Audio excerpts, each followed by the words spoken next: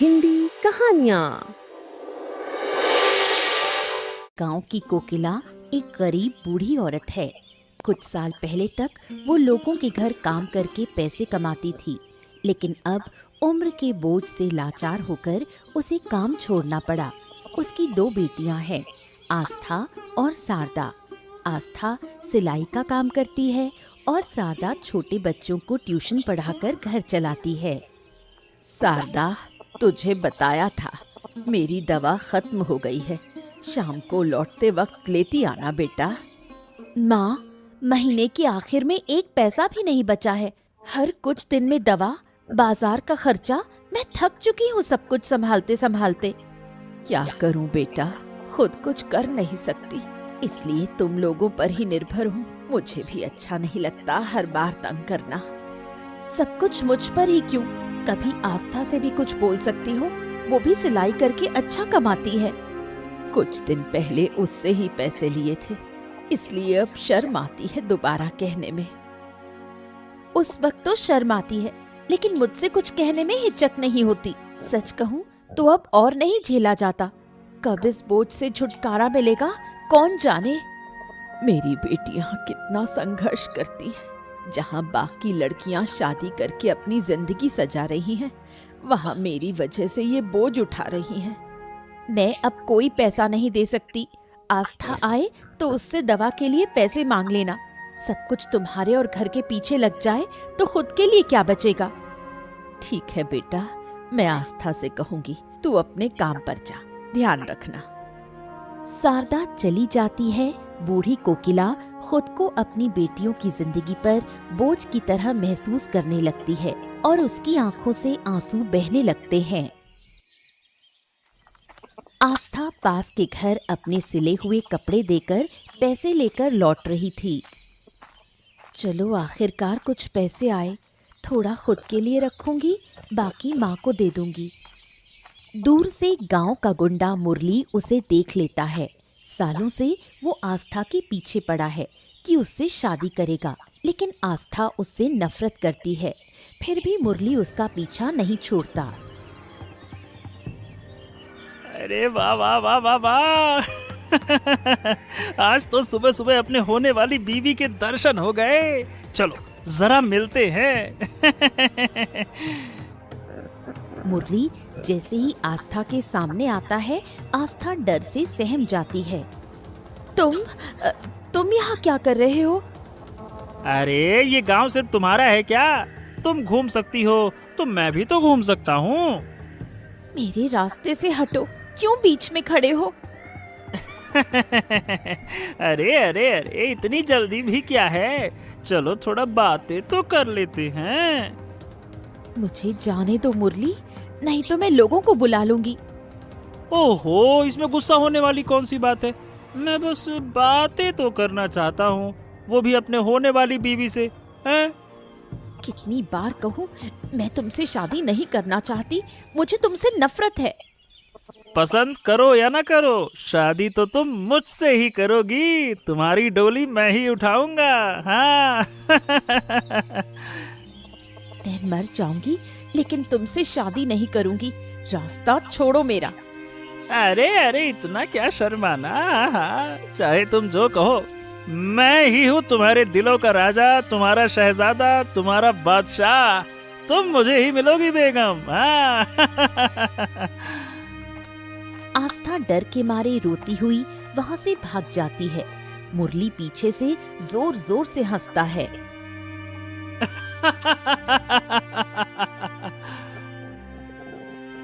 बीमार कोकिला घर पर थी। आस्था रोती हुई दौड़कर घर आई। उसे इस हालत में देख कोकिला घबरा गई। क्या हुआ बेटी, इस हालत में क्यों आई? किसी ने कुछ कहा? उस गुंडे मुरली ने फिर से मुझे तंग किया माँ। अब तो घर से बाहर निकलने में भी डर लगता है। ओफो, इस मुरली ने तो जीना मुश्किल कर दिया है। समझ में नहीं आता क्या चाहता है। वो मुझसे शादी करना चाहता है, कहता है कि मेरी शादी सिर्फ उसी से होगी। माँ, मैं मर जाऊंगी, लेकिन उस मुरली से शादी नहीं करूंगी। जब तक मैं जिंदा हूँ उसकी गंदी मंशा कभी पूरी नहीं होगी। मैं जल्द ही तेरे और शारदा के लिए अच्छे लड़के ढूंढूंगी। लेकिन माँ, अगर हमारी शादी हो गई तो तुम? मैंने बहुत सोचा है, मेरी वजह से तुम लोग अपनी जिंदगी क्यों बर्बाद करो। यही सही वक्त है तुम्हारी शादी का।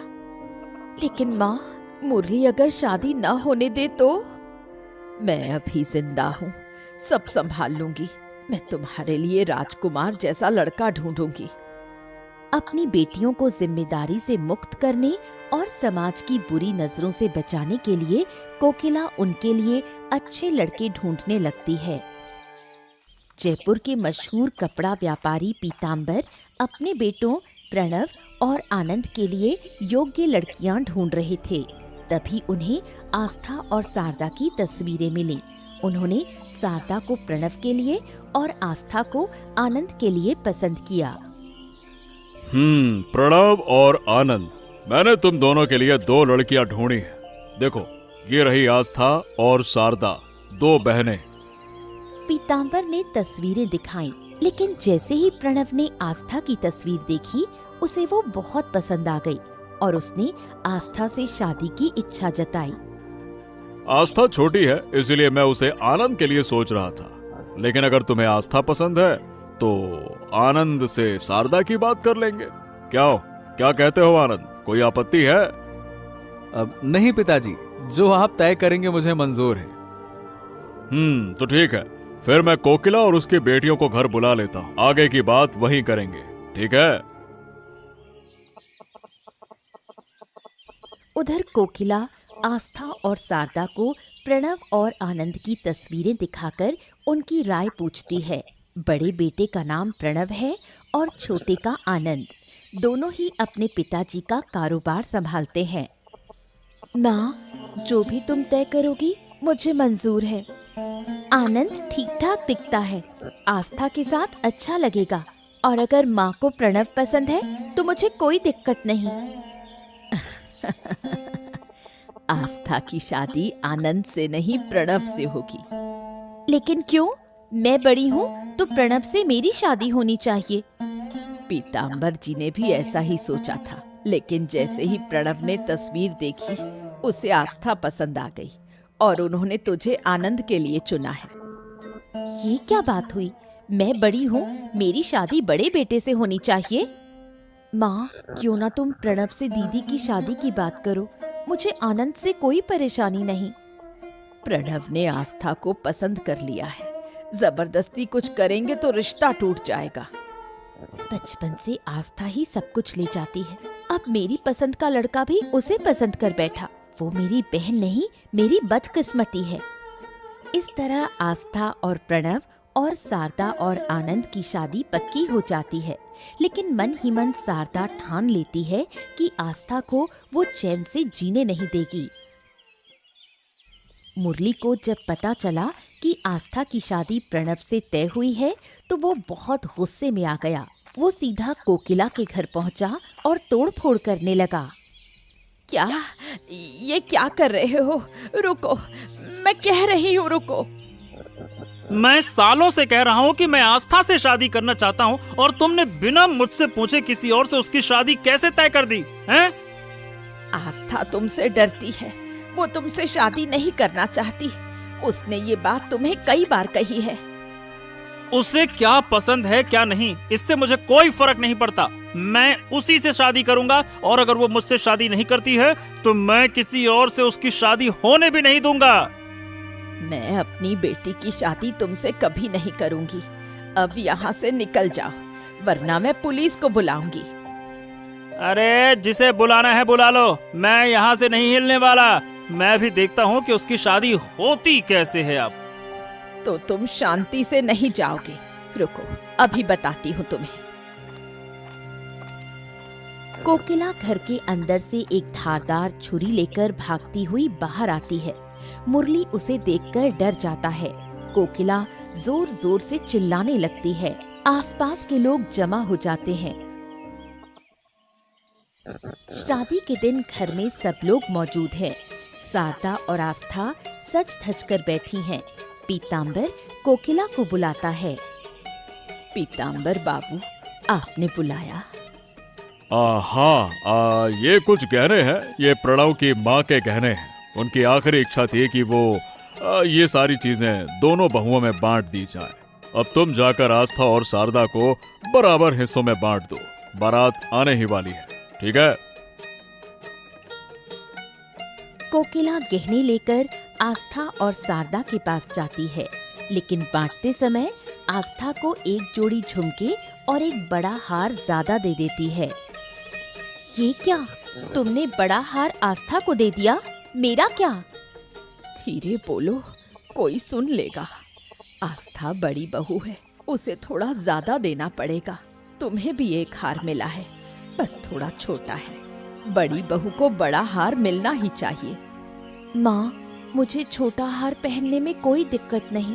दीदी, तुम मेरा हार ले लो और अपना मुझे दे दो। ओफो, तुम लोग मुझसे ज्यादा समझदार हो क्या? अगर पीताम्बर बाबू या प्रणव ने देख लिया तो बहुत गुस्सा करेंगे। शारदा, तुम्हें जो दिया गया है वही पहन लो। बड़ी बहू होने के कारण आस्था को ज्यादा सम्मान और अहमियत मिलने लगी, जिसे शारदा सह नहीं पाई। वो अंदर ही अंदर आस्था से जलने लगी और उसका जीवन बर्बाद करने की योजना बनाने लगी। शादी बहुत धूमधाम से हुई। पूरा गांव शादी की बात कर रहा था। आस्था और प्रणव बहुत खुश थे। अच्छा, मैंने तुमसे पूछा ही नहीं, तुमने पढ़ाई कहाँ तक की है? घर की जिम्मेदारी इतनी ज्यादा थी कि मैं और दीदी ज्यादा पढ़ नहीं पाए। गरीबी और तंगी ही हमारी साथी रही। अगर तुम्हें दोबारा पढ़ने का मौका मिले तो क्या करोगी? अगर मौका मिले तो मैं पूरी मेहनत से पढ़ाई करूंगी ताकि माँ का नाम रोशन कर सकूं। लेकिन अब इन बातों का क्या मतलब? मैंने एक फैसला लिया है। तुम दोबारा पढ़ाई शुरू करोगी, मन लगाकर पढ़ोगी। तुम्हारी पहचान सिर्फ मेरी पत्नी के रूप में नहीं होगी। सच कह रहे हैं? मैं फिर से पढ़ाई कर सकती हूँ? हाँ हाँ, बिल्कुल। पढ़ाई की कोई उम्र नहीं होती है। मैं कल ही जाकर सरकारी स्कूल में तुम्हारे दाखिले की बात करूंगा। मैं पढ़ाई में बहुत अच्छी नहीं थी, लेकिन दिल से पढ़ना चाहती थी। बाद में सिलाई करके कुछ पैसे कमाती थी ताकि माँ की मदद कर सकूं। अब तुम पढ़ाई शुरू करो। मुझे पूरा भरोसा है कि तुम बहुत आगे जाओगी। और माँ की चिंता मत करो, मैं उनकी देखभाल के लिए आदमी तय कर दिया है, तो वो देखेगा, है ना? आस्था के दिल में खुशी की लहर दौड़ जाती है। उसे ऐसा ही जीवन साथी चाहिए था। प्रणव के सहयोग से उसका आत्मविश्वास बढ़ता है और वो फिर से सपने देखने लगती है। जहां आस्था और प्रणव की जिंदगी खुशहाल चल रही थी, वहीं आनंद और शारदा की जिंदगी बिल्कुल उल्टी थी। आनंद शारदा से हमेशा अच्छा व्यवहार करता, लेकिन शारदा हमेशा झगड़ा करने को तैयार रहती। इस घर में रहना मुश्किल है, ना आराम है ना शांति। दिन भर खटती हूँ और बदले में क्या मिलता है? आहा, शांति शांति शांति। क्या हुआ तुम्हें? फिर से इतनी नाराज क्यों हो? कुछ नहीं, दिन भर तुम बस किताबों में घुसे रहते हो। मैं ही सब कुछ झेलती हूँ। तुमसे शादी करके कोई सुख नहीं मिला। अरे ऐसे क्यों बोल रही हो? क्या हो गया? किसी ने कुछ कहा क्या? तुम क्या करोगे? तुम तो डरपोक हो। अरे बस, बहुत हो गया। मैं हमेशा प्यार से बात करता हूँ, इसका मतलब ये नहीं है कि तुम मुझे इस तरह से जलील करती रहो। फालतू की बात करती हो। अगर हिम्मत है तो जाकर अपने भाई और उसकी बीवी से उलझो। सिर्फ मुझ पर चिल्ला सकते हो। अरे तो मैं उनसे क्यों उलझूं? क्या मेरे सींग उगे हैं क्या? जाके उनको मार दूं? उनसे मेरा क्या लेना देना? फालतू की बात करती हो। मैं दिन भर काम करती हूँ, घर संभालती हूँ, और आस्था वो आराम से पढ़ाई करती है, बस इसलिए क्योंकि वो प्रणव की पत्नी है। सरदा, ये तुम्हारा वहम है। तुम और भाभी दोनों ही इस घर की बहुएं हो। दोनों का सम्मान बराबर है। सच? एक बार अपने आप को देखो।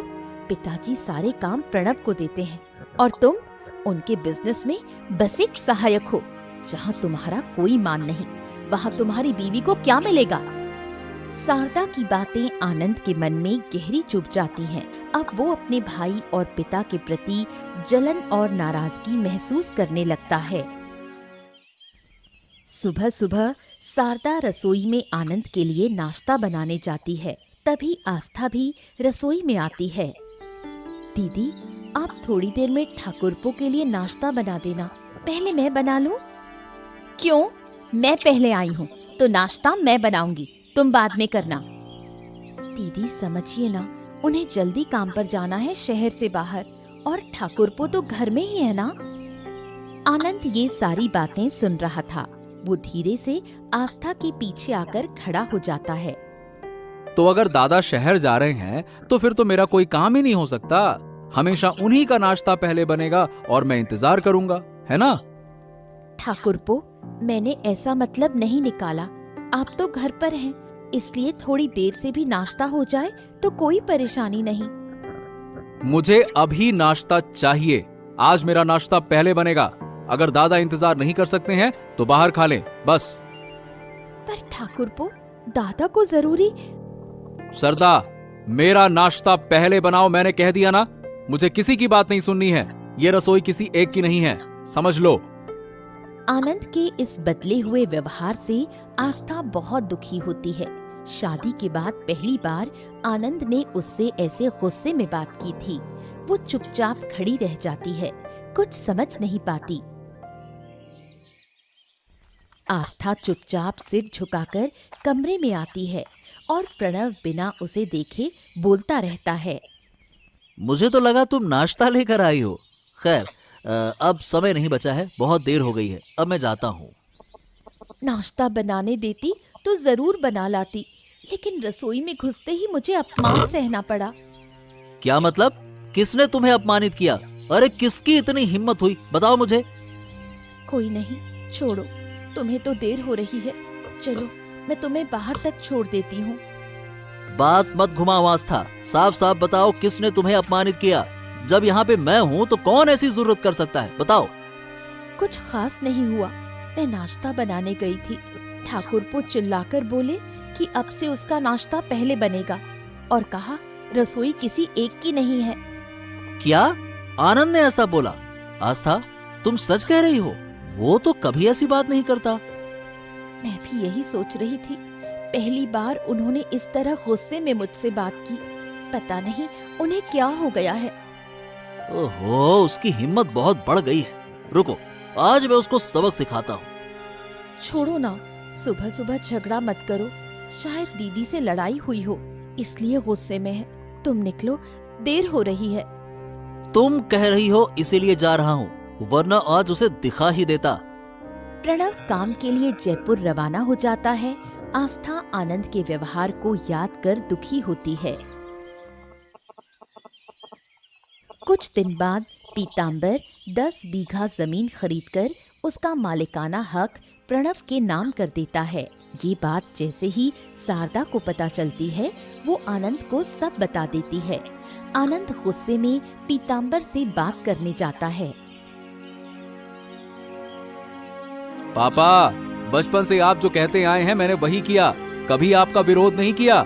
लेकिन आप मेरे साथ ऐसा करोगे मैंने सोचा भी नहीं था। ये क्या बातें कर रहे हो? मैंने क्या कर दिया?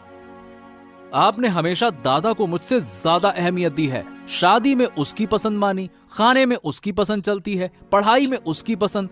अरे मैं कहाँ हूँ, मेरा तो कुछ नहीं माना ना। ये क्या बकवास करते हो आनंद? तुम दोनों मेरे लिए बराबर हो, फालतू की बातें ना करो। सारी बातें झूठ हैं, कोई बराबर नहीं है। व्यापार के हर बड़े फैसले में आप दादा की राय लेते हैं, उसे भेजते हैं, और मुझे बस एक साधारण सा सहायक बनाकर रखा है, किनारे में बैठा रहता है जो।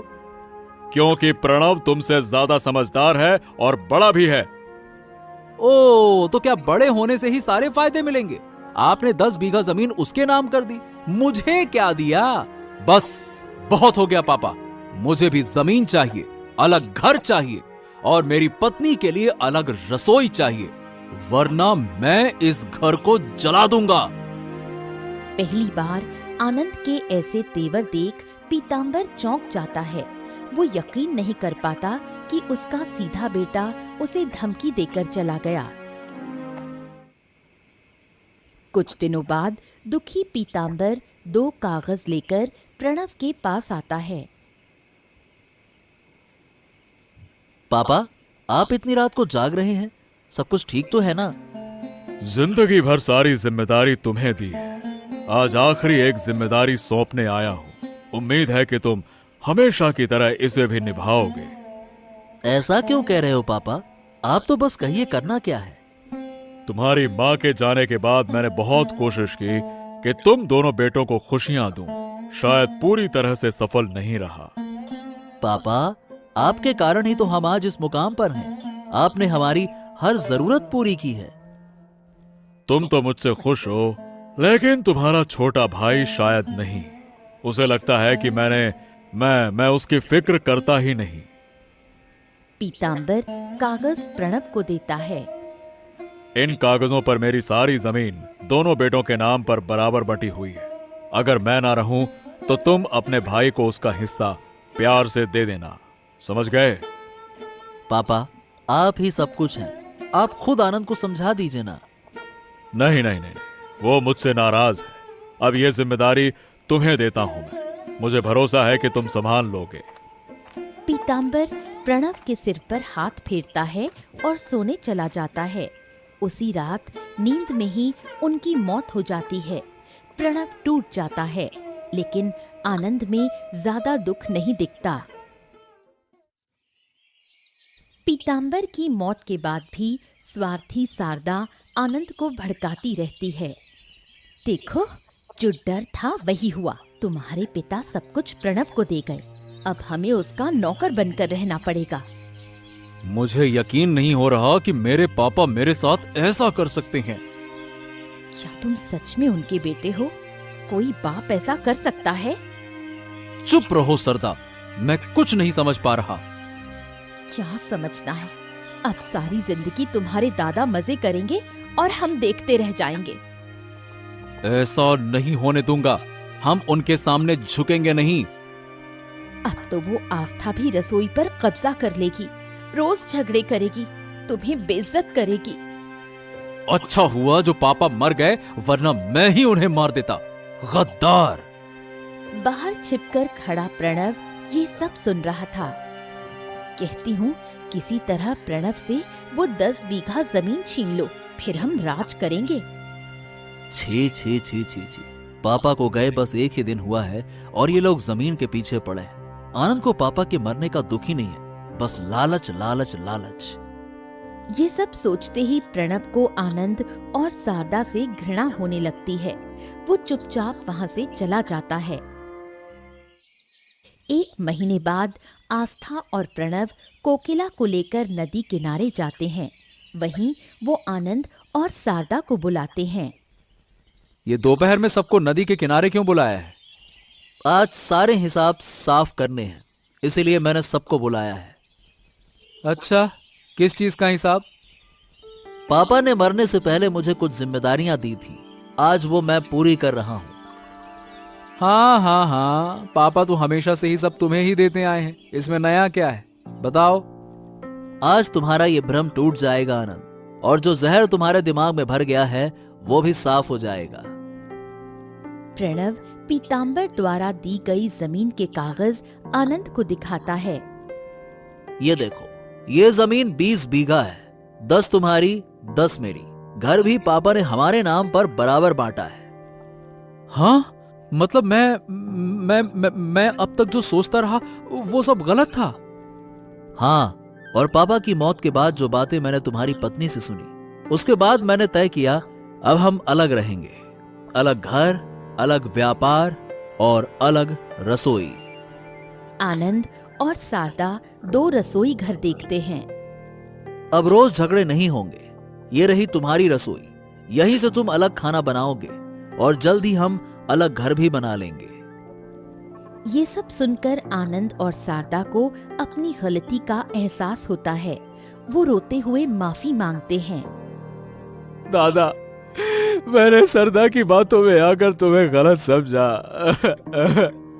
लगा तुम और पापा मुझे नजरअंदाज करते हो। इसी गलतफहमी में मैंने बुरा बर्ताव किया।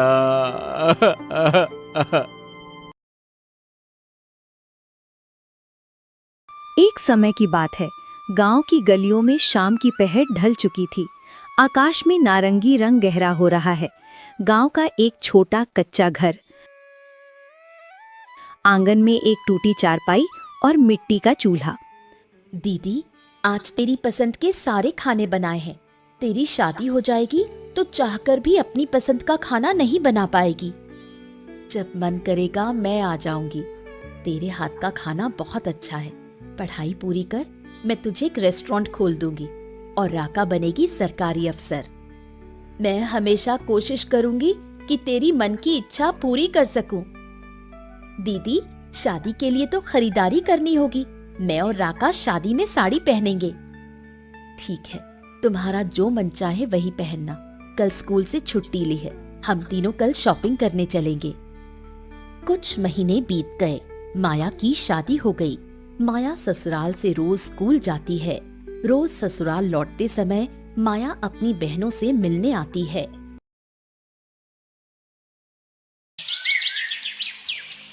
मैंने कितनी बार कहा है दीदी, तू मुझे इन सब बातों में ज्ञान मत दिया कर। मुझे तेरी बातें सुनना बिल्कुल मंजूर नहीं। माँ बाप के मरने के बाद से रोज मुझे उपदेश देती रहती है। तो मैं क्या करूँ? तू कोई काम ढंग से नहीं करती। घर गृहस्थी की तरफ तेरा बिल्कुल ध्यान नहीं। दिन भर गाँव में घूमती रहती है। ऐसा करेगी तो कैसे चलेगा? क्या तू अब छोटी रह गई है? हाँ, मैं छोटी नहीं हूँ, लेकिन क्या इस घर का सारा काम मुझे ही करना होगा?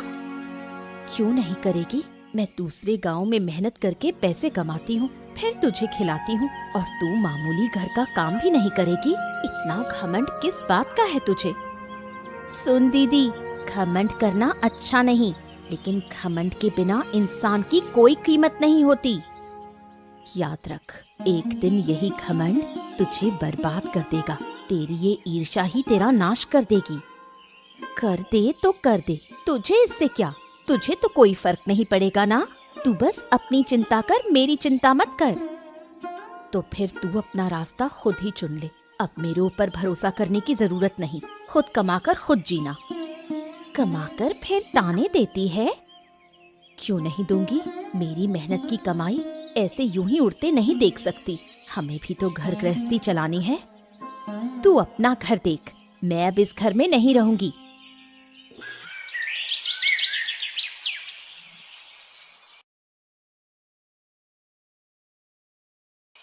कहाँ थी तू पूरे दिन? सुबह गई थी, अब आने का टाइम मिला। मैं तेरे लिए खाना लेकर इंतजार कर रही थी। कैसा खाना? मैं कोई खाना नहीं खाऊंगी। तू यहाँ से हट जा।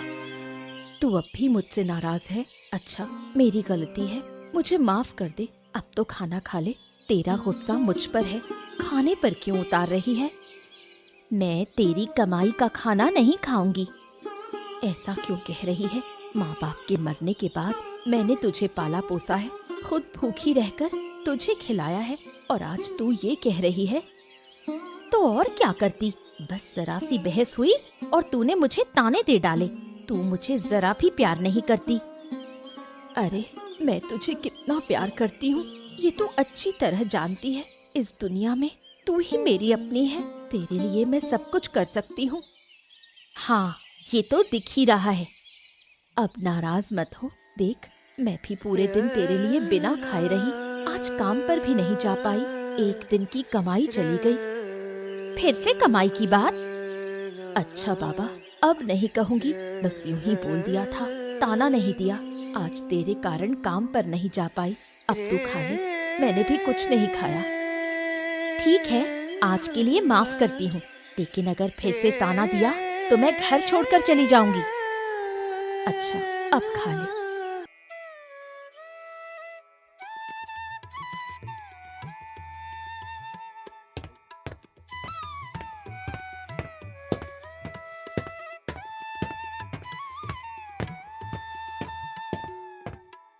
शाम हो गई, अब पढ़ने बैठो। पढ़ाई की बात कहूँ तो तुम बिल्कुल नहीं बैठती। खुद से मन लगाकर नहीं पढ़ोगी तो पढ़ाई क्या करोगी? मुझे तो बिल्कुल पढ़ाई अच्छी नहीं लगती। स्कूल जाने का भी मन नहीं करता। पढ़ाई नहीं करोगी तो बाद में पछताना पड़ेगा। दीदी मुझे भी पढ़ने को कहती थी, पर मैं भी तुम्हारी तरह पढ़ना नहीं चाहती थी।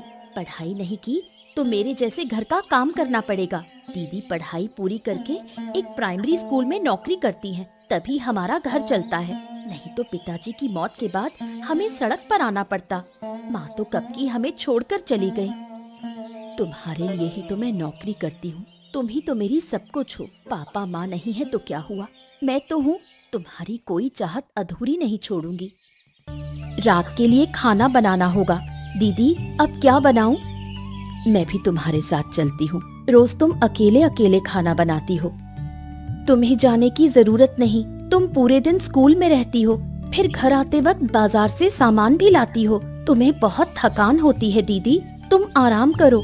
बस बता दो क्या बनाना है।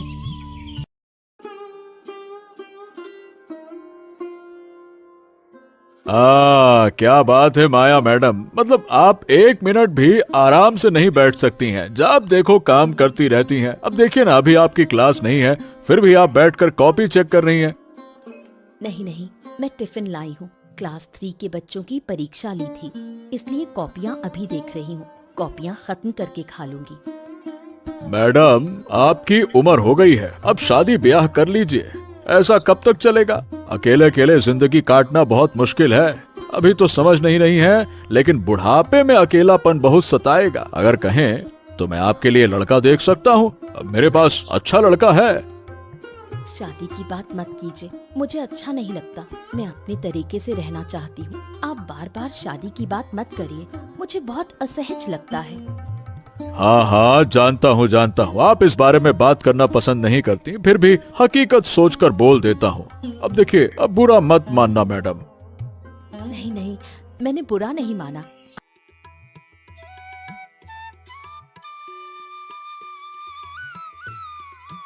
अरे क्या कहूँ, इतनी रात हो गई है, तुम्हारा बेटा अभी तक घर नहीं आया।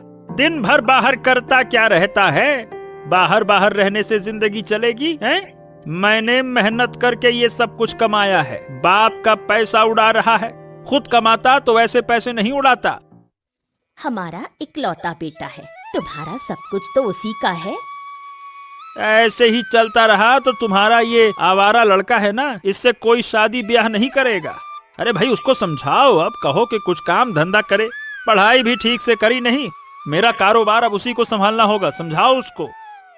उसकी शादी के लिए मैंने सोच रखा है। लड़की तो हमारे पड़ोस में ही है। लड़की? किसकी बात कर रही हो? कौन है वो? माया की बात कर रही हूँ। प्राइमरी स्कूल में नौकरी करती है, अच्छा वेतन पाती है। नौकरी पेशा लड़की अगर बहू बनेगी तो बेटे को कुछ करना नहीं पड़ेगा। छी छी छी छी छी छी, तुम्हारी सोच कितनी छोटी है। बहू नौकरी करेगी और उससे मेरा बेटा खाएगा?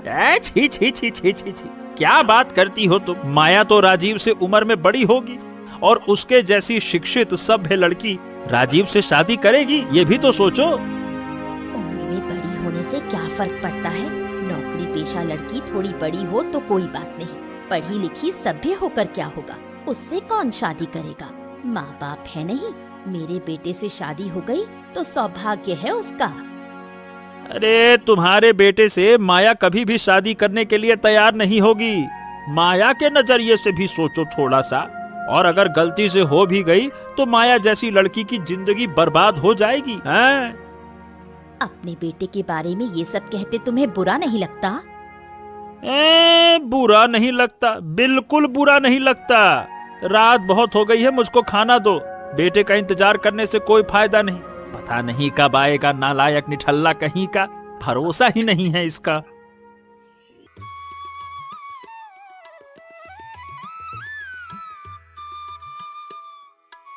दीदी सर के लिए चाय लेकर आओ। अरे मैं चाय नहीं पीऊंगा, तुम बेवजह चाय लाने को मत कहो, है ना? क्यों सर, चाय पीने से दिमाग फ्रेश रहता है। ओफो, मेरे दिमाग की चिंता तुम्हें करने की जरूरत नहीं है। पहले तुम ठीक से पढ़ाई करो।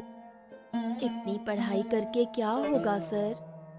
अच्छा, बुलाऊं तुम्हारी दीदी को? कल तुम्हारा अंग्रेजी और गणित का टेस्ट लिया था, 100 में से कितने आए थे पता है? बताओ।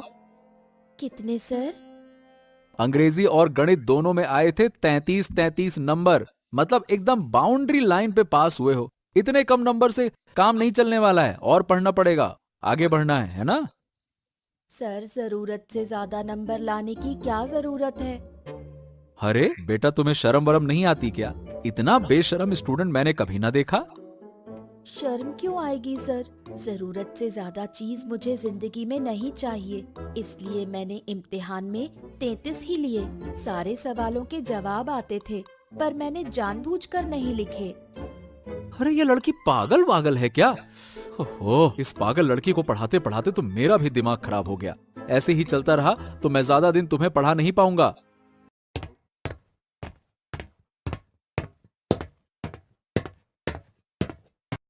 क्या री, पढ़ाई कैसी चल रही है? अच्छे से पढ़ाई करो। तुमको लेकर मैंने बहुत सपने देखे हैं। मैं बहुत अच्छी पढ़ाई कर रही हूँ दीदी। सर ने टेस्ट लिया, मैंने 100 में से 100 पाए। बहुत अच्छा मेरी प्यारी बहन, अच्छे से पढ़ो। चलो मैं यहाँ से जाती हूँ, मैं रहूंगी तो पढ़ाई में दिक्कत होगी। ये बताओ, ये तुमने तुम्हारी दीदी से झूठ क्यों बोला? 100 में से 100, ये तो सीधा सीधा झूठ हुआ ना? थोड़ा बहुत झूठ बोलने से कुछ नहीं होता सर। चलो गणित की किताब निकालो।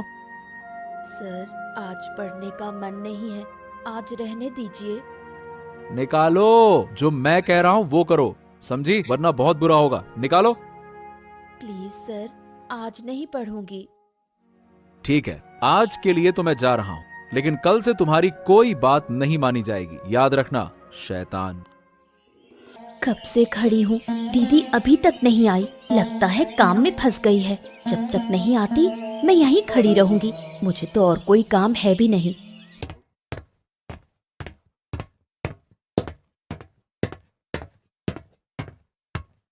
अरे, तुम माया की बहन रिया हो ना? यहाँ क्यों खड़ी हो? दीदी के लिए टिफिन लाई थी, काफी देर से खड़ी हूँ।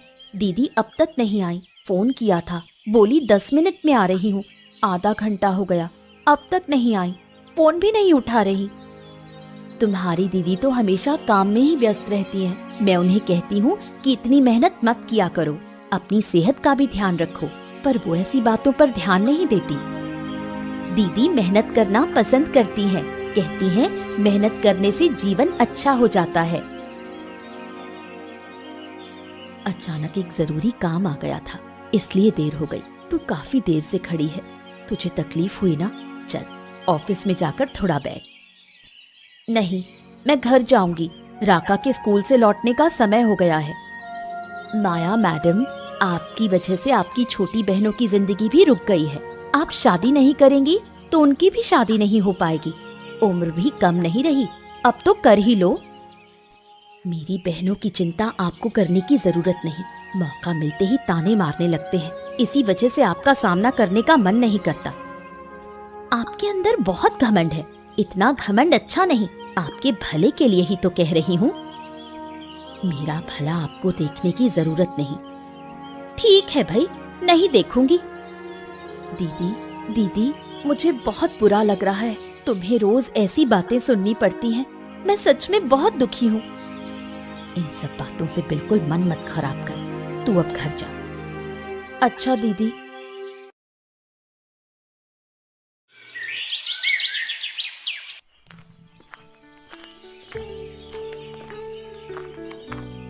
अरे कैसी है आरती? बहुत कम देखी जाती है आजकल। अरे भाई, कहाँ कहाँ घूमती रहती हो? क्यों नहीं दिखूंगी? मैं तो गांव में ही रहती हूँ। तुम लोग ही पता नहीं कहाँ रहते हो। हाँ, ये तो सही है। हम लोग तो बहुत जगह काम से घूमते रहते हैं, इसी वजह से शायद मुलाकात नहीं होती। ऐसे बोल रहे हो जैसे बहुत बड़े काम करते हो। तुम लोग क्या करते हो ये मुझे अच्छे से पता है। अरे पगली, ऐसा क्यों बोल रही हो? अच्छा हुआ तुमसे मुलाकात हो गई।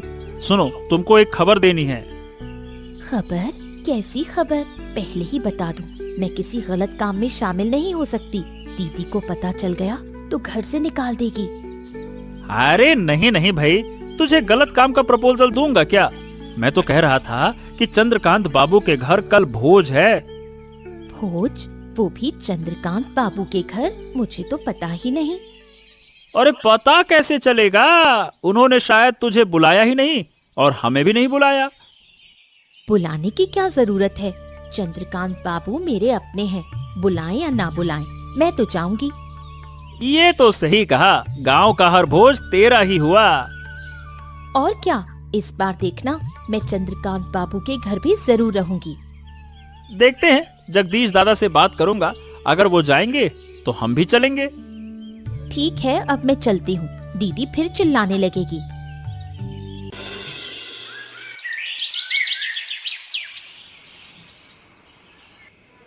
दीदी सुन ना, तुझसे एक बात करनी है। अब क्या हुआ, कितनी रात हो गई है, अब तक सोई नहीं। सुबह मुझे काम पर जाना है। अरे दीदी, कल तुझे काम पर नहीं जाना, कल चंद्रकांत बाबू के घर भोज है। चल ना, हम दोनों चलते हैं, हमें बुलाया है। बकवास मत कर, हमें किसी ने नहीं बुलाया। तूने भोज की खबर सुनी और अब जाने की जिद पकड़ ली। नहीं दीदी, आनंद दादा ने अभी कहा था कि चंद्रकांत बाबू ने ही बुलाया है। मैं तेरी बातों पर यकीन नहीं करती। तू जाएगी तो तुझे निकाल बाहर करेंगे। दीदी, कुत्ते को तो लात मारकर निकाला जाता है, पकड़ कर नहीं। तुझे तो बड़ा ज्ञान है, तो तू समझ ही गई होगी, तुझे कैसे निकालेंगे। दीदी, तुम मुझे अपमानित कर रही हो। अरे नहीं, बस मजाक कर रही थी। तो फिर कहो कि तुम भी चलोगी। नहीं, मुझे कोई काम नहीं वहाँ, मुझे इतना भोज का लालच नहीं है। तुझे अगर सच में बुलाया है तो जा। ठीक है, तो मैं अकेली जाऊंगी। बस याद रखना, अगर बुलाया है तभी जाना, वरना मत जाना। अच्छा बताओ बेटी, तुम्हें यहाँ किसने बुलाया? बुलाया तो हाँ, आनंद दादा ने बुलाया। आनंद को किसने बुलाया? हमने तो आनंद को भी नहीं बुलाया, तो वो तुझे कैसे बुला सकता है, हैं? सच बताओ, तुम बिना निमंत्रण ही यहाँ आ गई हो ना? खाना खा लेना, इसमें कोई बुराई नहीं, लेकिन हर भोज में ऐसे बिना बुलाए जाना ठीक नहीं है। ये शर्म की बात है। मतलब आप लोग मुझे अपमानित कर रहे हो? अरे नहीं नहीं भाई, अगर अपमानित करते तो तुम्हें खाने से पहले ही निकाल देते। तुम खाना खा लो, कोई दिक्कत नहीं, बस समझा रहे हैं। समझाने की जरूरत नहीं, आप लोग बड़े लोग हो, इसलिए जो चाहे करोगे। इतने लोगों के सामने मुझे अपमानित कर दिया। याद रखना, मेरे दिन भी आएंगे, उस दिन मैं इसका बदला लूंगी।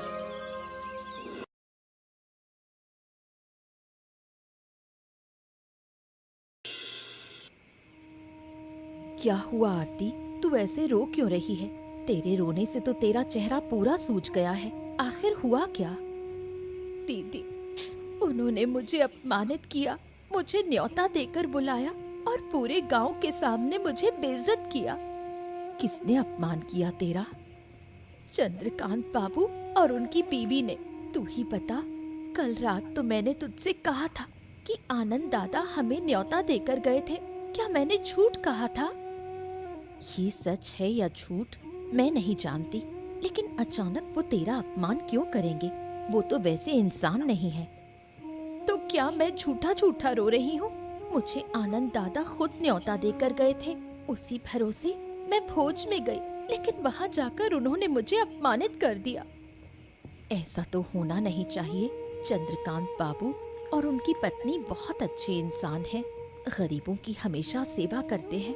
वो अचानक तेरे साथ ऐसा क्यों करेंगे? मैं सच कह रही हूँ दीदी, मुझे बहुत बुरा लगा। इतने लोगों के सामने मुझे अपमानित किया। जरूर उन्होंने ये सब सोची समझी योजना से किया। अच्छा ठीक है, अब तू चुप हो जा, अब और रोने की जरूरत नहीं। शायद तूने पूरा दिन रोते रोते निकाल दिया। मुझे बहुत बुरा लगा दीदी, मैं तुझसे कहकर रख रही हूँ, जिस दिन मैं अमीर बनूंगी उस दिन मैं उन्हें देख लूंगी। अच्छा, जब हम अमीर बनेंगे सबसे पहले भोज का आयोजन करेंगे और फिर उन्हें न्योता देकर दिखाएंगे। बिल्कुल सही, ये बात तेरे दिमाग में रहनी चाहिए। तू अच्छे से काम कर ताकि हम जल्दी अमीर बन सकें।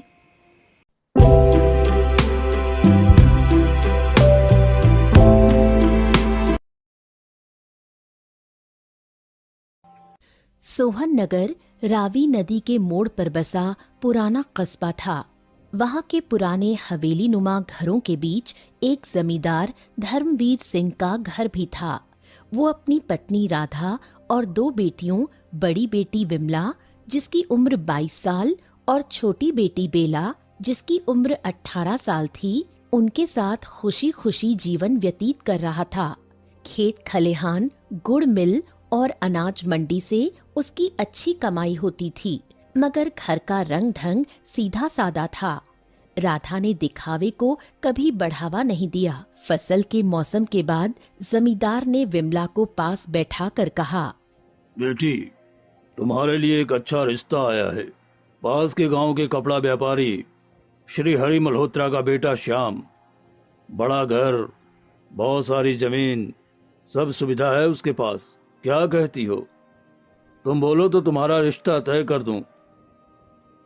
विमला ने सुनते ही चमक भरी आंखों से माँ बाप को देखा और बोली, जैसी आपकी मर्जी पिताजी, आप मुझे जहाँ ब्याह देंगे मैं वहीं चली जाऊंगी। जबकि विमला मन ही मन बड़ा घर और बड़े लोगों के रिश्ते के बारे में सुनकर अंदर से बहुत खुश हो रही थी। बचपन से माँ पिताजी ने सारी इच्छाएं पूरी की हैं। मैं तो ये सोच सोच कर परेशान रहती थी, इतना ऐशो आराम दूसरे घर भी देखने को मिलेगा या नहीं। पर भगवान का एहसान है, उसने मुझे मायका और ससुराल दोनों ही खाते पीते दिए हैं। विमला मन ही मन खुश थी और ये बात जमींदार अच्छे से जानता था, इसलिए उन्होंने अब अपनी दूसरी बेटी बेला से कहा, बेटा, मेरे पास तुम्हारे लिए एक अच्छा रिश्ता आया है। वो है ना हमारे श्री रामा जी, जो राजा के यहाँ खजांची का काम करते हैं, उनका बेटा अभी अभी शहर से पढ़कर आया है। उन्होंने मुझे खुद बुलाया था। उनको तुम बहुत पसंद हो। वो तुमसे अपने बेटे के रिश्ते की बात करना चाहते हैं। पिताजी, मैं गांव के गरीब किसान के बेटे मोहन से प्रेम करती हूँ और उसी से विवाह करना चाहती हूँ। ये तुम क्या कह रही हो? वो मोहन जिसके घर 2 टाइम का भोजन भी समय से नहीं पकता है, तुमको उस घर में कैसे ब्याह दूं? अरे मेरी भी तो कोई इज्जत है कि नहीं? जमींदार को गुस्सा आ गया। उसकी तेज आवाज सुनकर जमींदार की पत्नी राधा भागते हुए आई। क्या हो गया जी, ऐसे क्यों चिल्ला रहे हो? अरे सुन रही हो अपनी बेटी की बात? ये उस भूखे नंगे मोहन से विवाह करने की बात कर रही है। ये आप क्या कह रहे हो? मोहन, और वो भी इस हवेली का जमाई बनेगा? अब बस यही दिन देखना बाकी रह गया था क्या? समझाओ इसको, मैं इसका रिश्ता पक्का करके आता हूँ। अरे इतने अच्छे घर से रिश्ता आया है और इनको रिश्ते को ठोकर मारनी है। नहीं बेटा, अच्छे रिश्तों को ठोकर नहीं मारते, किस्मत से मिलते हैं आजकल रिश्ते। वो देखो, निक्कू की बेटी पूरे 25 साल की हो गई है, आज तक ब्याह नहीं हुआ। उसको भी शुरू शुरू में कोई लड़का पसंद नहीं आया। जब समय था उसने पसंद नहीं किया, आज उसको कोई पूछने नहीं आता। क्या तुम भी यही चाहते हो? तुम भी उसी की तरह बिन ब्याही रह जाओ? माँ, मैं किसी के अंदर कोई कमी नहीं निकाल रही, बस पिताजी को समझाने की कोशिश कर रही हूँ। मैं जिससे प्रेम करूंगी वही दुनिया का सबसे बड़ा धनवान होगा मेरे लिए। आप बात को समझने की कोशिश कीजिए। माँ, आप पिताजी को समझाइए। राधा ने जमींदार की ओर देखा, जो गुस्से से अभी तक बेला को घूर रहे थे। राधा के दिल में ख्याल आया, कहीं ऐसा ना हो जो सुबोध की बेटी ने किया था। प्रेम में आकर वो हमारी बेटी भी कर ले। सुबोध की बेटी ने भी तो अपने पिता की नाक कटवा दी थी। मुझे ऐसा होने से रोकना होगा। मुझे जमींदार साहब को समझाना होगा, कहीं बेटी क्रोध में आकर कोई गलत कदम ना उठा ले। राधा ने जमींदार जी की तरफ देखकर कहा, हम लोग बचपन से अपनी दोनों बेटियों को इतना प्यार देते आए हैं। हमारा मन ऐसा हो रहा है जैसे हम अपनी बेटी के साथ गलत तो नहीं कर रहे हैं। राधा, वही तो मैं सोच रहा हूँ। हमारी बड़ी बेटी बड़े घर की बहू बनने वाली है। यदि छोटी बेटी किसी गरीब घर में ब्याह दी तो लोग हमें तरह तरह की बातें कहेंगे। बेटी अमीर घर में जाए या गरीब घर में, तकदीर अपनी ही लेके जाती है। आप दोनों को आशीर्वाद दीजिए और दोनों का विवाह तय कर दीजिए। तो तुम ये कह रही हो कि मैं बेला का विवाह मोहन से ही तय कर दूं? हाँ जी, अगर हमारी बेटी की किस्मत में धनवान होना लिखा होगा तो एक दिन वो भी धनवान बन जाएगी। तुम ठीक कह रही हो राधा। हमें भी बेला को किस्मत के भरोसे छोड़ देना चाहिए। हमने तो दोनों बच्चों के हमेशा सारे शौक और उनकी हसरत पूरी की है। अब ये फैसला भी बेला का ही होना चाहिए। जमींदार और राधा दोनों बेटियों का विवाह करा देते हैं। विवाह के बाद विमला एक बड़े से घर में जाती है और बेला छोटी सी झोपड़ी में जाती है। दोनों बहनों का घर आमने सामने था। बीच में बस एक नदी थी। विमला अपने घर की छत से बेला का छोटा सा घर देखते हुए शाम से बोली, देख रहे हो इस झोपड़ी में बेला कैसे पड़ी हुई है? यदि पिताजी की बात मान ली होती तो आज ये दिन नहीं देखना पड़ता। हाँ, तुम सही कह रही हो। ये मोहन भी ना राजा के यहाँ छोटे मोटे काम करता है। बदले में महाराज उसको 1-2 समय की रोटी दे देते हैं। अब इससे कितना ही घर चलेगा। तुम देखना, एक दिन बेला को अपनी गलती का एहसास होगा। अब जल्दी से बताओ, आज तुम्हारे लिए किस रंग की साड़ी लानी है? कल ही हमारा विवाह हुआ है। पिताजी ने और आप लोगों के परिवार ने मुझे इतनी साड़ियां दी हैं। अब क्या आवश्यकता है साड़ी की? अरे आवश्यकता है, बिल्कुल है। मैं चाहता हूँ जब भी मैं घर के अंदर आऊं तुम्हारे लिए कुछ कीमती उपहार लेकर आऊं। शाम की बातें सुनकर विमला मन ही मन बहुत खुश हो रही थी। वहीं दूसरी तरफ मोहन और बेला अपने घर के अंदर बैठे हुए थे। मोहन की माँ शांति चूल्हे पे खाना पका रही थीं। धुआं दूर दूर तक फैला हुआ था। बेला उनके पास आई और बोली, माँ जी आप हट जाएं, मैं खाना पका देती हूँ। अरे बिटिया, नई दुल्हन है, तू खाना कैसे पकाएगी? दुल्हन नहीं हूँ माँ, मैं आपकी बेटी हूँ और बेटियों के सामने माँ काम नहीं करती। बेटा, तुम बड़े घर की बेटी हो, तुमको ये चूल्हे पे खाना पकाना कहाँ आता होगा? तुम्हारे घर में तो वो होता है ना स्टोव और खाना पकाने वाली भी। माँ जी, मैंने कभी चूल्हे पे खाना तो नहीं पकाया है, परंतु इतना पता है जब तक जिंदा हूँ आप मेरे सामने कोई काम नहीं करेंगी। लोग कहते हैं बड़े घरों की बेटी बिगड़ी हुई होती है। मेरे मोहन की तो किस्मत ही पलट गई जो इतनी अच्छी बहू घर में आई है। तभी मोहन वहाँ आता है, उतरा हुआ चेहरा और मायूस निगाह। क्या हुआ बेटा? माँ, इतने दिनों से राजा के यहाँ खेती करता हूँ। वो मुझे 1 महीने की सिर्फ 11 रुपए देते हैं। आज 1 महीना हो गया। मंत्री जी से बोला था पगार दिला दो, मंत्री जी ने सीधे टाल दिया, कहा बाद में ले लेना। अभी राजा दूसरे कामों में उलझे हुए हैं। कोई बात नहीं बेटा, बाद में ले लेना। इसमें इतना निराश होने वाली क्या बात है? माँ, बेला कल ही घर आई है। सोच रहा था उसके लिए कुछ लेता आऊंगा, वो खुश हो जाएगी। बड़े घर की लड़की है, यहाँ गुजारा करना उसके लिए कितना मुश्किल होगा। मैं तो उसके सामने ये बात बोल भी नहीं सकता। कभी उसको मुझसे विवाह करने का फैसला गलत लगने लगे और वो ये घर और रिश्ता छोड़कर अपने मायके चली जाए। प्रेम और विवाह में जमीन और आसमान का अंतर होता है। कल तक प्रेम था, आज विवाह के कठिन डोर में बंध चुके हैं।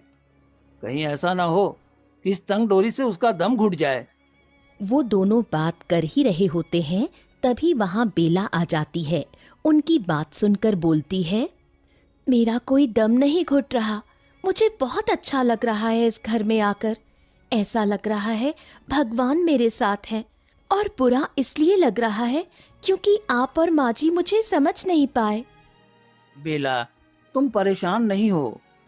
मैं बस ये सोच रहा था कि तुम यहाँ इतनी छोटी सी धुएं से भरी झोपड़ी में कैसे रहोगी। तुम और बिमला दीदी साथ में पले बढ़े हैं। आज बिमला दीदी इतने बड़े घर की मालकिन बन गई है और तुम इस छोटे से घर में हो। मुझे ये सोचकर बहुत बुरा लग रहा है। मैं विमला दीदी से ज्यादा खुश हूँ और एक दिन ये बात आप भी मानोगे। वहीं दूसरी तरफ श्याम एक पतली सी गली की तरफ चला जा रहा था। तभी उसको सामने से एक मछुआरा आता दिखाई दिया। उसकी आंखों में आंसू थे। श्याम को देखते ही बोला, बेटा श्याम, तुम हमेशा मुझसे मछली खरीदते आए हो ना? हाँ, खरीदता तो हूँ, पर हुआ क्या है? जिस तालाब में मैं जाल डालता हूँ उसी तालाब में कल से दूसरा मछुआरा आने लगा है। उसका कहना है कि वो राजा का खास आदमी है।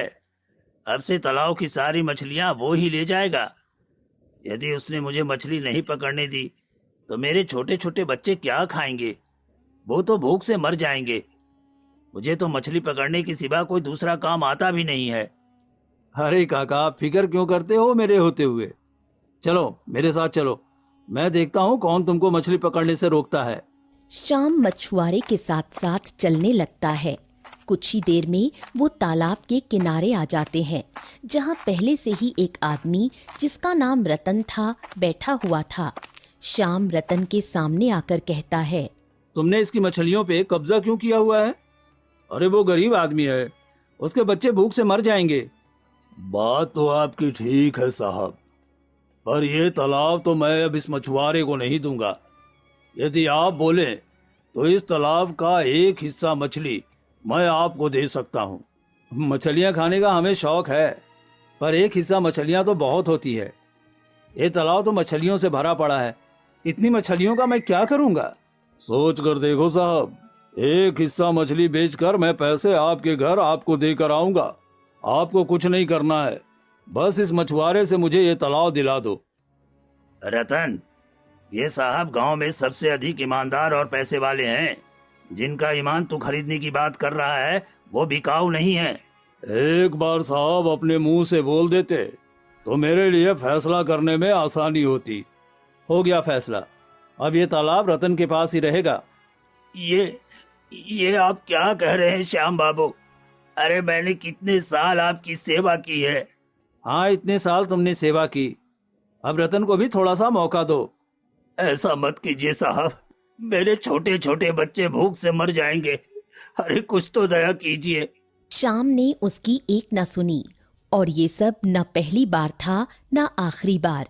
वो लोगों को ऐसे ही ठग कर पैसे कमाया करता था, इसलिए उसके पास इतना पैसा जमा हो गया था। वहीं दूसरी तरफ मोहन रात होने के बाद अपने घर लौट रहा था। थकान से उसकी हालत खराब थी। वो जैसे ही शाम के घर के पास पहुंचा, उसके कानों में किसी के रोने की आवाज पड़ी। अरे ये किसके रोने की आवाज है? ये तो बिमला दीदी का घर है ना?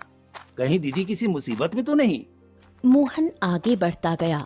वो जैसे जैसे आगे बढ़ रहा था, रोने की आवाज उतनी तेज हो रही थी। मोहन ने सामने जो देखा, उसको देखकर उसके मुंह से निकला, अरे ये औरत इतनी रात को यहाँ क्या कर रही है? और ये है कौन? मुझे इस औरत से बात करनी होगी। मोहन आगे बढ़ा और औरत से बोला, काकी, क्या हुआ आपको? आप इतनी रात को यहाँ क्या कर रही हैं? और इतना ज्यादा रो क्यों रही हो आप? क्या बताऊं बेटा, श्याम जी को कब से हवेली के बाहर बुला रही हूँ, वो है कि निकल ही नहीं रहे। आपको श्याम जी से काम है? रुको, मैं उनको बुला देता हूँ। बेटा, वो बाहर नहीं आएंगे। क्यों काकी? कल मेरी बेटी का विवाह है। मैंने अपनी बेटी के लिए कुछ जेवर बनवाकर श्याम जी की हवेली में रख दिए थे। ये सोचकर मैं गांव की छोटी सी झोपड़ी में रहती हूँ, चोरी हो गए तो क्या करूंगी? अब श्याम बाबू का शाम से दरवाजा पीट रही हूँ, वो दरवाजा ही नहीं खोलते। काकी, हो सकता है श्याम बाबू घर पे ना हो, वरना ऐसा नहीं हो सकता कि आपके जेवर वो रख लेंगे। अरे आपने खून पसीने की कमाई से जेवर बनाए हैं, वो रख नहीं सकते। आप एक काम करो, मेरे घर चलो, पानी पियो, थोड़ा आराम करो, फिर आकर श्याम बाबू का दरवाजा खुलवाना। शायद तब तक श्याम बाबू भी आ जाएं। बेटे, श्याम घर ही में है, मैंने खुद उसको घर के अंदर जाते हुए देखा है। मोहन सोच में पड़ गया। जब श्याम अंदर है तो वो दरवाजा क्यों नहीं खोल रहा? अब उसको भी सच जानना था। उसने जोर से आवाज लगाई। श्याम बाबू, ओ श्याम बाबू, जरा दरवाजा खोलो, हवेली के बाहर आपसे मिलने कोई आया है। श्याम के कानों में मोहन की आवाज पड़ी तो वो विमला से बोला। मेरी हवेली की चौखट पे तुम्हारा गरीब जीजा क्या कर रहा है? कहीं आज फिर से तो उसके घर में आटा खत्म नहीं हो गया जो मुंह उठाकर यहाँ चला आया? सच बोलूं तो मुझे ये गरीब लोग कुछ ज्यादा पसंद नहीं है। घर में जरा सी तंगी हुई नहीं कि कटोरा उठाया और अमीर रिश्तेदारों के घर चल देते हैं मांगने। अरे भाई, अमीर लोग तो दिन रात मेहनत करते हैं तब जाके यहाँ तक पहुँचते हैं। तुम गरीब लोगों की तरह नहीं जो बस घरों में पड़े रहते हैं, काम के न काज के, दुश्मन अनाज के। उसकी बातें सुनकर विमला को थोड़ा अजीब तो लगा, क्योंकि वो उसकी बहन का पति था, पर उसको भी गरीब लोगों से कोई खास लगाव नहीं था। मोहन, आपको तो क्या, घर में किसी को पसंद नहीं है। पिताजी ने तो बेला को बहुत डांटा भी था और माँ ने भी बहुत समझाया था बेला को, पर वो नादान है, कुछ समझी नहीं और इस भूखे नंगे के घर आकर बैठ गई। इन लोगों ने शादी में बेला को एक साड़ी तक नहीं दी। मुझे तो ये समझ नहीं आ रहा बेला उस झोपड़ी में कैसे रह रही है। किसी अमीर के घर में उसने शादी की होती तो आज वो हमारी चौखट पे नहीं आता। मुझे तो ये सोच सोच कर चिंता हो रही है। हम दोनों बहनों का घर नदी के किनारे ही है, अब इन लोगों का आना जाना लगा ही रहेगा। चलो तुम यहीं रुको, मैं उस भिखारी को मना करके आता हूँ। अरे एक बार देने से कमी तो नहीं आएगी हमारी हवेली में, मगर चिंता इस बात की है कि उसको आदत बन जाएगी जो हमारे लिए बहुत हानिकारक होगा। आप मना कर दीजिए, तब तक मैं आपके लिए पकौड़े बनाकर लाती हूँ। शाम घर से बाहर निकला तो मोहन के साथ बूढ़ी काकी को देखकर चौंक गया। उसने मन में सोचा, अरे मैंने तो सोचा था ये बूढ़ी औरत अब तक जा चुकी होगी, परंतु ये तो अभी भी यहीं खड़ी हुई है। अब मैं क्या करूं? इस मोहन को यदि सच्चाई का पता लग गया ना तो ये जमींदार जी को मेरी सच्चाई बता देगा और जमींदार के नजरों में मैं हमेशा के लिए गिर जाऊंगा। जमींदार जी बहुत ही नेक आदमी हैं। शाम को सोच में गुम देख मोहन ने कहा, अरे क्या हुआ श्याम बाबू, हवेली का दरवाजा क्यों नहीं खोल रहे थे? वो क्या है ना कि मैं नहा रहा था। अब नई नवेली दुल्हन है घर में, अब वो तो हवेली का दरवाजा नहीं खोल सकती ना। आप नहा रहे थे, पर आपके बाल तो मुझे सूखे सूखे लग रहे हैं। वो मैं नहाने जा ही रहा था, गया नहीं था। अब नई नई पत्नी है तो उससे बात करने में देरी तो हो ही जाती है। तुम्हारी तरह तो नहीं है ना कि सुबह होते ही काम पे निकल गए और अब रात हो गई तब लौट रहे हैं। मोहन समझ चुका था वो शाम को नीचा दिखाने की कोशिश कर रहा है। उसने मन में सोचा, इससे पहले कि यह मुझे खरी खोटी सुनाए, मुझे काकी के जेवर के बारे में बात करनी चाहिए।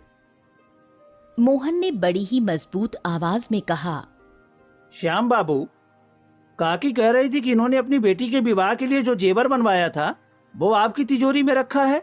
अरे नहीं, नहीं तो ऐसा कुछ भी नहीं है। फिर शाम बूढ़ी औरत से बोला, क्यों रे बुढ़िया, तूने मुझे अपना जेवर कब दिया रखने के लिए? श्याम बाबू, उस दिन जब मेघा के घर में चोरी हुई थी तब आप ही वहां हमारे घर आए थे और कहा था आगे से किसी का जेवर चोरी नहीं होगा, इसलिए मैं अपना जेवर आपकी हवेली की तिजोरी में रख दूं। और कल जब मेरी बेटी का विवाह है, मैं जेवर लेने आई हूँ तो आपने मुझे ही झूठा बना दिया। मुझे लगता है ये कोई पागल औरत है। भला कोई अपना जेवर दूसरे की तिजोरी में रखता है क्या? भगवान के कहर से डर श्याम बाबू, तू एक माँ की हाय ले रहा है। इससे पहले कि तुमको धक्के मार के इस हवेली से बाहर फेंक दूं, चली जाओ यहाँ से। अरे भीख मांगने आई हो तो बोलो ना। श्याम बाबू अपनी दौलत तुम पर लुटा देगा, पर झूठा इल्जाम लगाया तो अंजाम भयानक होगा, समझी? इतना बोलकर श्याम ने हवेली का दरवाजा बंद कर लिया। बूढ़ी औरत वहीं खड़ी रोती रही। मोहन उसको देखकर बहुत दुखी हो रहा था, परंतु वो कुछ नहीं कर सकता था। न जाने क्या था उस बूढ़ी औरत के आंसुओं में जिसमें मोहन को सच्चाई नजर आ रही थी। उसने बूढ़ी औरत से कहा, काकी आप परेशान मत होइए और घर जाइए। जो होना था हो गया, उसको बदल नहीं सकते। बेटा, कल मेरी बेटी की बारात आएगी। अगर मैंने शादी में गहने नहीं दिए तो कहीं बारात वापस ना चली जाए। बेटी से डर नहीं लगता। बेटी के भाग्य से लगता है। अगर बेटी की बारात वापस चली गई तो मैं मर ही जाऊंगी। विवाह जेवर पर ही तय हुआ है। वो दोनों बात कर ही रहे थे, तभी उनके कानों में बेला की आवाज पड़ी। बारात वापस नहीं जाएगी काकी, और रही बात गहनों की तो वो भी आपको मिल जाएंगे। बेला की आवाज सुनकर मोहन और बुढ़िया ने सामने देखा जहाँ बेला खड़ी हुई थी। बेला, तुम यहाँ क्या कर रही हो? मैं आपको देखने घर से निकली थी तो आप यहीं मिल गए। माफ करना, मैंने आपकी और काकी की बातें सुन ली। मोहन घबरा गया। वो मन में सोचने लगा, कहीं बेला को श्याम की सच्चाई का पता तो नहीं लग गया ना? ऐसा हुआ तो वो टूट जाएगी। उसकी बहन का पति कितना घटिया काम करता है। फिर मोहन ने बेला से पूछा, कौन सी बात सुनी तुमने हमारी? यही कि काकी की बेटी का विवाह जेवर पे तय हुआ है। अगर जेवर नहीं दिए गए तो विवाह टूट भी सकता है। यही ना? वैसे तुम इतना घबराए हुए क्यों हो? कोई और बात भी थी क्या जिसका मुझे नहीं पता? बेटा वो। अभी बुढ़िया इतना बोली ही थी कि मोहन बीच में बोल पड़ा। हाँ हाँ, यही बात कर रहे थे हम दोनों। बुढ़िया ने मोहन की तरफ देखा परंतु कुछ बोली नहीं। बेला ने अपने गहने उतारे और बुढ़िया को देते हुए बोली, ये रख लीजिए काकी, ये आपकी बेटी के विवाह में काम आएंगे। ये तुम क्या कह रही हो बेटा? ये मैं नहीं ले सकती। हाँ बेला, तुम ऐसा नहीं कर सकती। आखिर ये सब तुम्हारे पिताजी ने तुम्हें कितने प्यार से दिए थे। तुम ऐसे ही किसी को भी ये नहीं दे सकती। अब तक मुझे इनकी जरूरत थी इसलिए मेरे पास थे। अब मुझसे ज्यादा जरूरत इन गहनों की काकी को है। और रही पिताजी की बात, तो जब उनको पता लगेगा ना इन गहनों ने किसी का विवाह टूटने से बचाया है तो वो और भी ज्यादा खुश होंगे। मोहन कुछ नहीं बोला और बस बेला की तरफ देखता रहा। बुढ़िया के लाख मना करने के बाद भी बेला ने एक अनजान औरत को अपने गहने दे दिए। ये मोहन के लिए कोई छोटी बात नहीं थी। मोहन को सोच में गुम देख बेला ने कहा, अब जल्दी से घर के अंदर आओ, माँ जी प्रतीक्षा कर रही हैं। चलो। दोनों घर के अंदर जाते हैं। अगले दिन सुबह सुबह बेला चूल्हे पे खाना पका रही थी, तभी विमला वहाँ आती है। बेला विमला को वहाँ देखकर बहुत खुश होती है। अरे वाह दीदी, आज आप सुबह सुबह यहाँ? मेरा तो दिन ही बन गया। आपको पता है दीदी, मैं आपको बहुत याद करती हूँ। अभी तेरी शादी को 4 दिन नहीं हुए और तुमने चूल्हा चौका संभाल लिया। हालत देख अपनी, बिल्कुल ऐसी लग रही है जैसे कई घरों का काम करके आई है। चेहरे का रंग देख, धुएं में काम कर करके तूने अपनी हालत बिगाड़ ली। ऐसा नहीं है दीदी, मैं यहाँ बहुत खुश हूँ। वो दिख रहा है। मेरे पति तो मेरे लिए रोज कुछ ना कुछ लेकर आते हैं। तू बता, तुझे मोहन ने क्या ला कर दिया? मोहन राजा के यहाँ काम करते हैं, अभी उनकी पगार नहीं मिली। वो बोल रहे थे जब पगार मिल जाएगी तब वो भी मेरे लिए नई साड़ी लाएंगे। विमला हंसती गई और उसका मजाक बनाती गई और कुछ देर बाद वहां से उठकर अपनी हवेली चली गई। बेला से गहने लेने के बाद बुढ़िया सीधा महल जाती है। महल आकर वो राजा को शाम के बारे में सारी बातें बता देती है।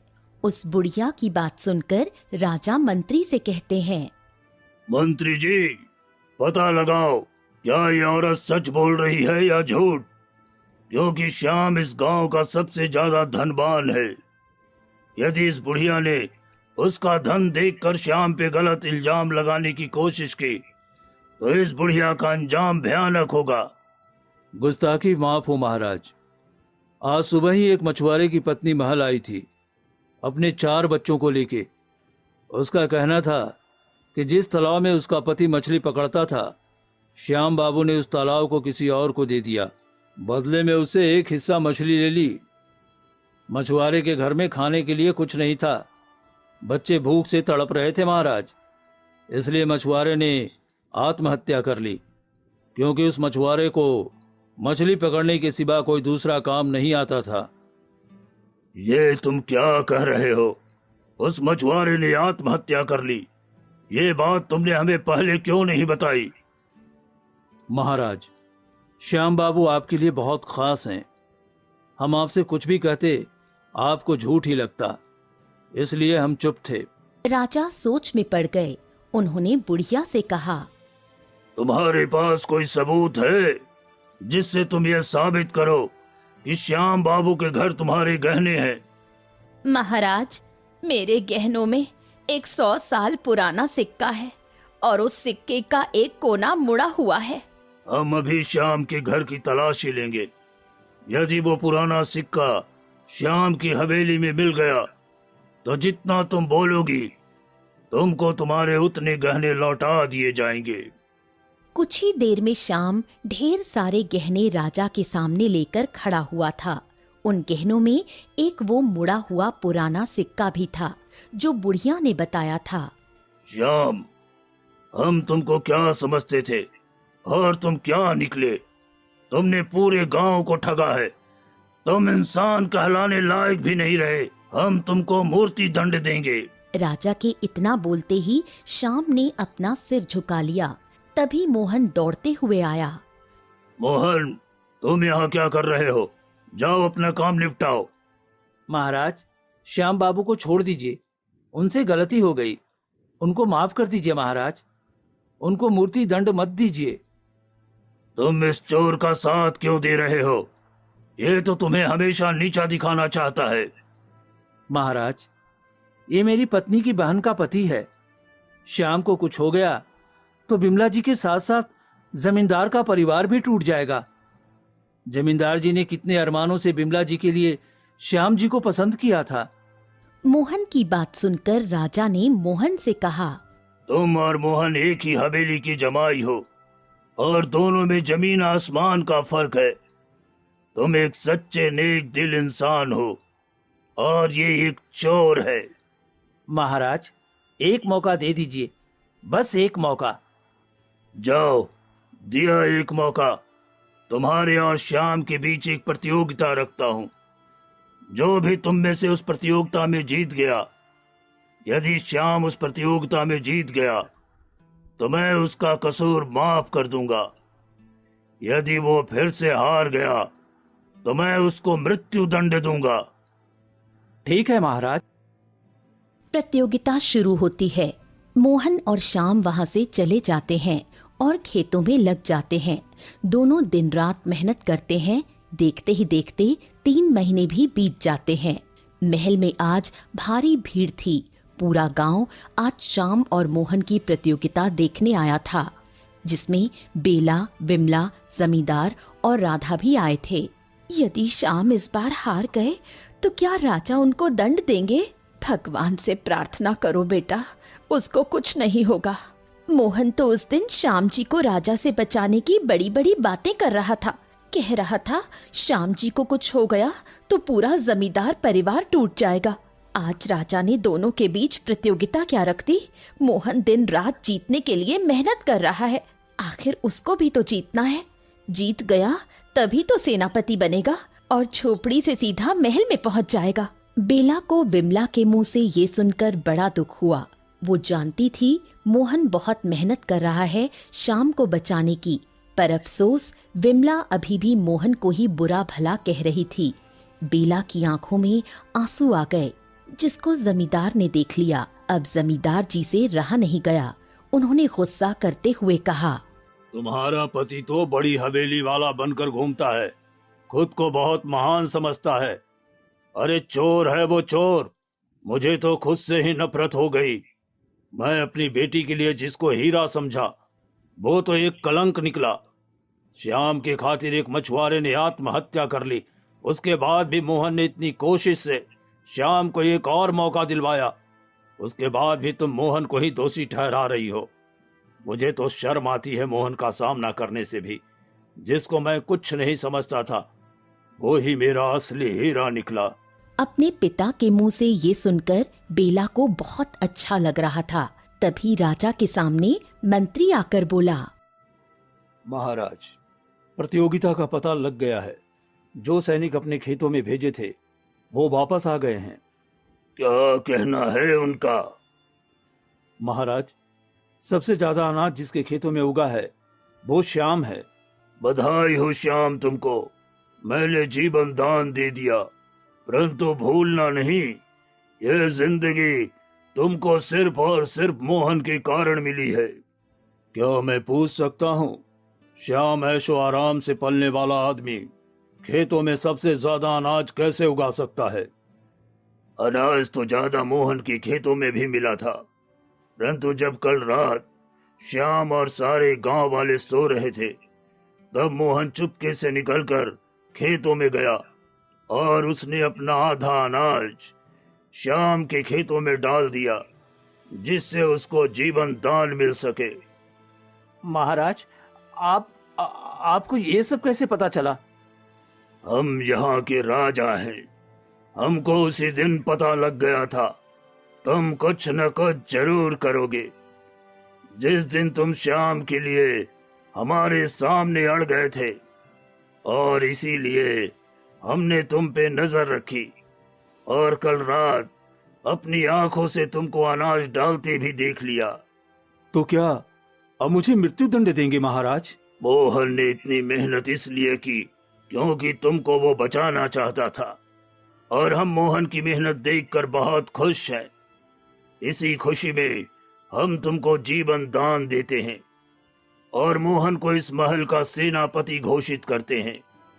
आज से मोहन और उसका परिवार महल में ही रहेंगे।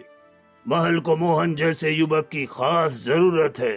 ये सब सुनकर सब बहुत खुश हुए। विमला ने बेला से कहा, मैं मोहन को कितना गलत समझ रही थी, और मोहन ने कितना सब किया हमारे लिए। मैं तुमको कितने ताने मारती थी। मैं ये तो नहीं कह सकती कि तुम मुझे माफ कर दो, क्योंकि मैं तुम्हारी माफी के लायक नहीं। कैसी बातें कर रही हो दीदी, बड़े कभी छोटे से माफी नहीं मांगते, और मोहन ने वही किया जो उनका फर्ज था। तभी श्याम ने मोहन से कहा, भाई मुझे माफ कर दे, मैंने तेरे साथ बहुत गलत किया, बहुत बुरा भला बोला तुझे। जो हुआ उसको जाने दो, आगे जिंदगी पुकार रही है, उसका स्वागत करो। चलो बिमला दीदी से मिल लो। समझ नहीं आ रहा है जमींदार जी और अपनी पत्नी से कैसे आंखें मिलाऊंगा। अरे सब ठीक हो जाएगा, आओ भाई साथ चलते हैं। वो दोनों बेला और विमला के पास आकर खड़े हो जाते हैं। जमींदार मोहन से कहते हैं, बेटा मुझे माफ करना, मैंने तुमको बहुत गलत समझा। पिताजी, आपने मुझे वो समझा जो मैं था।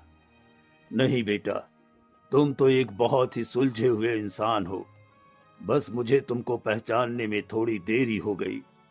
कोई बात नहीं पिताजी, मैं आज बहुत खुश हूँ। आपने मुझे बेटा कहकर बुलाया। और फिर सब अपने अपने घरों को चले जाते हैं। मोहन महल में आकर रहने लगता है। शाम भी उसके बाद छोटा मोटा काम करने लगता है और बाकी का जीवन खुशी खुशी व्यतीत करते हैं।